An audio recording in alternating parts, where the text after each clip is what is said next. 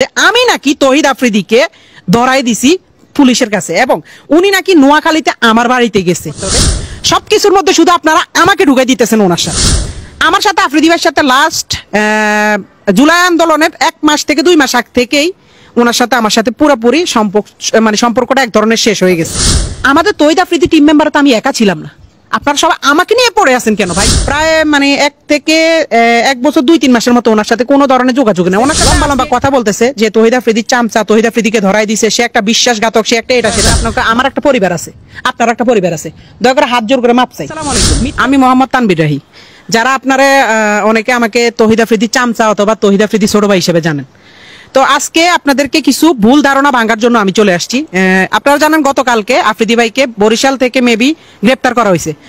তো আমি গতকালকে না, লাস্ট কয়েকদিন যাবত একটা জিনিস শুধু দেখতেছি যে আফ্রিদি ভাইয়ের জন্য যখন জারি হয়েছে যে ওনাকে 28 ঘন্টার ভিতরে গ্রেপ্তার করতে হবে বা 48 ঘন্টার ভিতরে গ্রেপ্তার করতে হবে, সবকিছুর মধ্যে শুধু আপনারা আমাকে ঢুকাই দিতেছেন ওনার সাথে। তো আমার কথা হচ্ছে আজকে আপনাদের এই সব ভুল ধারণা আমি ভেঙে দিব। আমার সাথে আফ্রিদি ভাইয়ের সাথে লাস্ট জুলাই আন্দোলনের 1 মাস থেকে 2 মাস আগ থেকেই ওনার সাথে আমার সাথে পুরোপুরি সম্পর্কটা এক ধরনের শেষ হয়ে গেছে। তো সম্পর্ক শেষ হওয়ার পরে আমার সাথে ওনার সাথে ওরকম কোনো যোগাযোগ নেই। শুধু যোগাযোগ ওনার সাথে আমার সাথে জুলাই আন্দোলনের পরে উনি যখন বাংলাদেশে আসছে তখন 2বার ওনার সাথে যোগাযোগ হয়েছে। কিন্তু আজকে আমি নিউজ ফিডে ঢুকতে পারতেছি না, আমার পরিবারের উপরে চাপ আসতেছে, আমার উপরে বিভিন্ন ধরনের চাপ আসতেছে যে আমি নাকি তহিদ আফ্রিদিকে ধরাই দিছি পুলিশের কাছে এবং উনি নাকি নোয়াখালীতে আমার বাড়িতে গেছে। ভাই আমি নিজে তো জানি না আমার বাড়িতে উনি গেছে, আর এটা যদি আপনারা প্রমাণ করতে পারেন যে উনি আমার নোয়াখালীতে আমার বাড়িতে গেছে বা আমি ওনাকে ধরাই দিছি, তাহলে আপনারা যেই শাস্তি দিবেন আমি ওই শাস্তি মাথা পেতে নিব।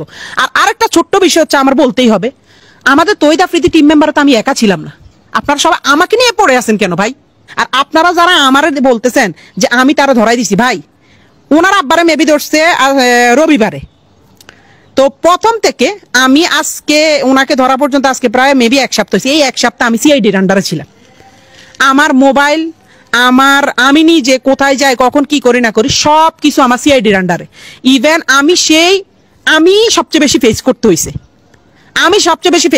এগুলা প্রায় 1 থেকে 1 বছর 2-3 মাসের মতো ওনার সাথে কোনো ধরনের যোগাযোগ নেই। ওনার সাথে সিআইডি অফিসাররা তো সব জানে, বা কিন্তু বিভিন্ন নিউজ চ্যানেলেরা লম্বা লেকচার পিটতেছে, লম্বা কথা বলতেছে যে তহিদ আফ্রিদির চামচা, তহিদ আফ্রিদিকে ধরাই দিছে, সে একটা বিশ্বাসঘাতক, সে একটা এটা সেটা।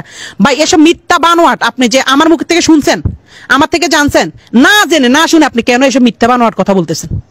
এসব মিথ্যা নিউজ কেন ছড়াইতেছেন? আপনি আপনার বিবেককে প্রশ্ন করেন। আপনারা আমার নামে মিথ্যা নিউজ, মিথ্যা বানোয়াট কথা ছড়ানোর তো কোনো লাভ নাই। মিথ্যা বানোয়াট ছড়ায় আপনার কি লাভ হবে?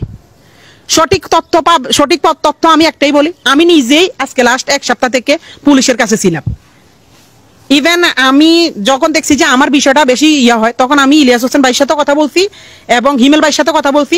ওনারা বলতে যে তোমার যেহেতু তদন্ত করা হয়েছে, যেহেতু তুমি নির্দোষ, তো তুমি তোমার মতো। কারণ ভাইয়ার ওই সব বিষয় আমাদের কোনো কিছু ধারণাই নেই। আর অনেকে আমার নিয়ে পোস্ট করছে আমি জুলাই আন্দোলনে 2 তারিখ 3 তারিখ 5 তারিখ নাকি তহিদ আফ্রিদির সাথে তাদের মাইটি বেঁধেছিলাম। আরে ভাই আপনাকে কি মাথা সমস্যা? আপনারা কি আমার ফেসবুকে যায় দেখতে পারেন না আমি কোথায় ছিলাম, কি ছিলাম? বা আমার নোয়াখালীর ভাই ব্রাদাররা যারা আমার লগের আন্দোলনে গেছে তারা কি জানে না আমি কই আছিলাম? আমি জুলাই মাস, আগস্ট মাস, সেপ্টেম্বর মাস গত বছর নোয়াখালীতে ছিলাম, কারণ তখন বন্যা হয়েছিল, আপনারা ভালো করে জানেন, তখন বন্যার সময় বন্যা হয়েছিল। তো এইসব মিথ্যা অপবাদ একজনের নামে, আমার নামে আপনি মিথ্যা কথা ছড়ায় আপনার কি লাভ? আমার এটা একটু বলেন। মিথ্যা বানোয়াট কথাবার্তা ছড়ায় আপনার কি লাভটা হয়? আমার এটা একটু বলেন।